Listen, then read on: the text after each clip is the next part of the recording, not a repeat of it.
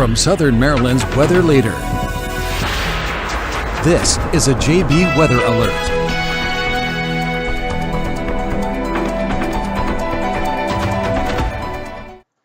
Alrighty, and good evening. I'm Forecaster John Bordash here with you in the JB Weather Center this evening, sitting just after 5:30 to give you a live update on the weather situation we do have playing out across the region this afternoon, and as now we move into the evening hours. If you can hear me fine, it looks like we can. Welcome on in. We have lots to get to. We've definitely seen things start to ramp up a little bit as we see the second wave of moisture begin to move in. Earlier today, we saw a decent bit of rain and some gusty winds move through, and right around 4:30, 5 o'clock, we saw a little bit of a lull in the region. Still raining, not as heavily, but now we're starting to get into another band of heavy rain and gusty winds, and this is going to be with us here, I think, for the next several hours. So right now on live William Richmond Inc. HD radar, we can see widespread areas of heavy rain, indicative there of the yellows. We actually even have a few severe thunderstorm warnings down to our south near the Richmond area and getting on up into Caroline County in Virginia. Shown there, might be hard to see by the orange polygon. As we see rain continue to push to the east. And if we look closely, I'll turn some of these warnings off here for you. If you look closely, you can see a few kind of distinct lines here. We see one out here towards Warrenton, one west of Richmond, one west of Fredericksburg, one south of Fredericksburg, one out here near Charlottesville. All of these lines are moving here to the east. These are going to be the lines that have the potential to house those gusty winds, potentially upwards of 55 to 60 miles per hour. If I try to take us on over here, and I haven't done this in a hot minute, so bear with me. This would be a look at, if we can get this to work, at our potential wind gusts. If we want to get this to work, we're awaiting. I don't know if I like that.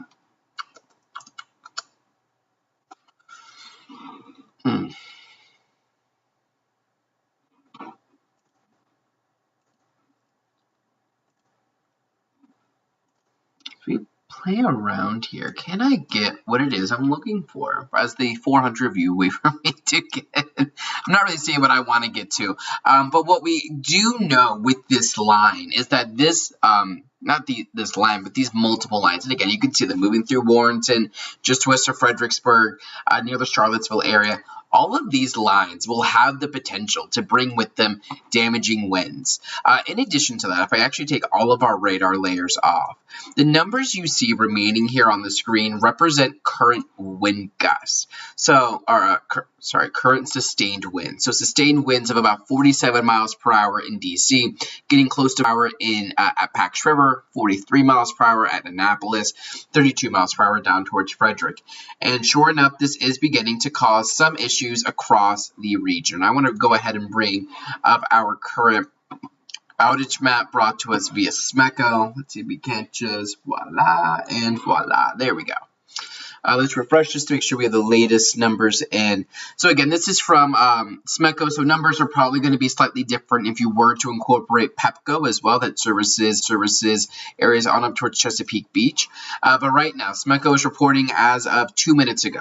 We are sitting with about, let's do this by zip code, we're sitting at just about 6,100 customers without power. And the core of these outages really do look to be in the La Plata area, down towards Mechanicsville and Charlotte Hall, and on over towards California.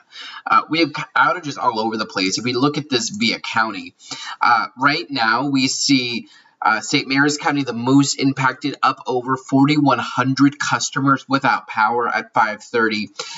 Charles County currently sits with over 1,000 customers.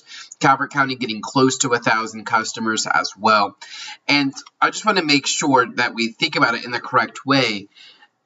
A customer is not a person, right? Think of a customer as that 4-person household. Think of a customer as a business that has 15 people in it currently shopping, like a Walmart or something, right? That is that. Going in and out with the broadcast. Do we have... If we have more prolonged issues, let me know. from what I see on my end, we should be good to go. But Cassidy, definitely keep me updated with that. But again, think of those customers as households, right? So if you just take an average of 4 people in a household, which could be higher or lower, multiply that by 6,000. I mean, that's what, about 24,000 people potentially without power, if not a little bit more. So definitely impactful numbers right now. Let's take you on over here to our forecast moving forward.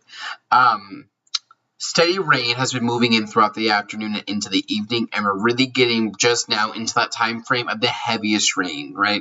Those consistent downpours.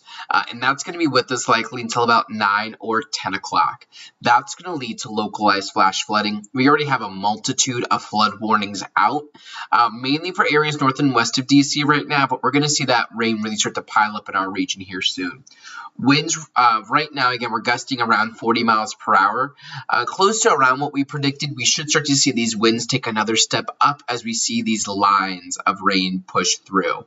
And we're going to be looking at those wind gusts getting up over 50 miles per hour for some of you, especially those immediate coastal locations, and that could lead to scattered outages.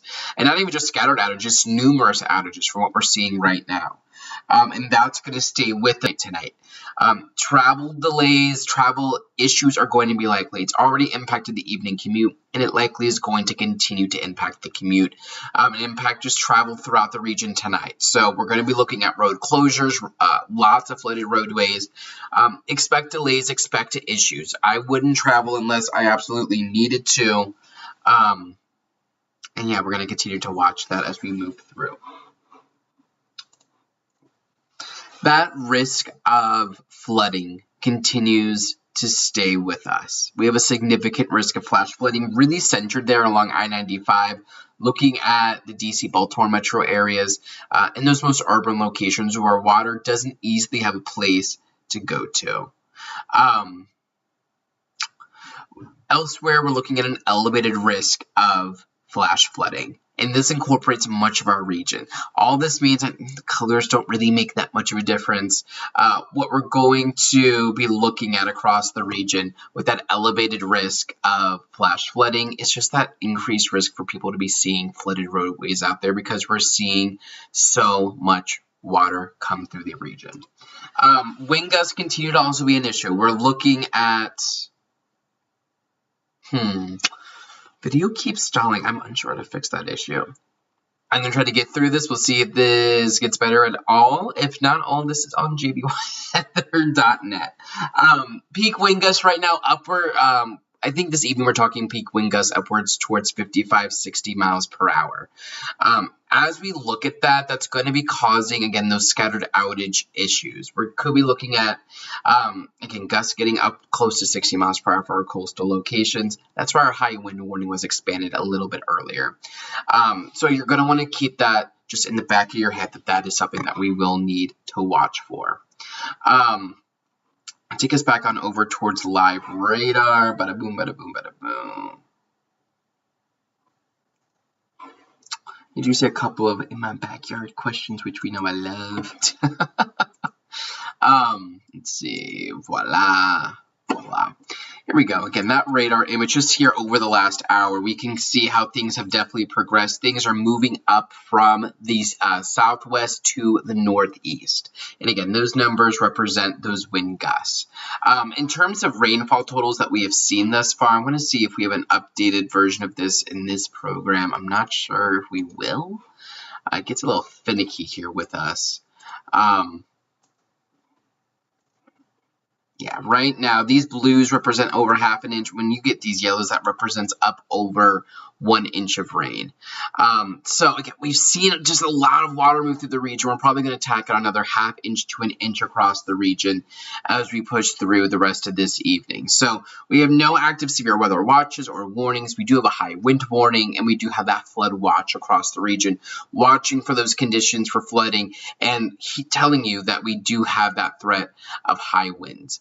Any severe weather risk is kept well to the south. If we were to take radar here, let's do a much more regional look. Voila. If we look down to the south, we do have several tornado warnings in effect down towards the Carolinas, Southern Virginia. That should stay well to our south. I'm really thinking Richmond is definitely the top part there of the severe weather threat. So I'm not thinking we have much of an issue here in our region, but it's something we're going to continue to take a look at and monitor as the evening goes on. But gusty winds, heavy rain will continue to be an issue. We're looking at up over 6,100 customers without power. Stay tuned to JB Weather. I do have continuing coverage throughout the evening. I'm here in the Weather Center continuing to track things for you. If you have any questions, make sure to ask them and just follow along as we move through. Have a nice and safe one. Keep it tuned here to JB Weather for the latest information. Another update coming to you as we get into the 6 o'clock hour with hopefully fewer audio and video issues. Make sure everything is working good over there. In the meantime, though, keep it tuned here to JB Weather for the latest information. Forecaster John Bordash working to keep you ahead of the storm.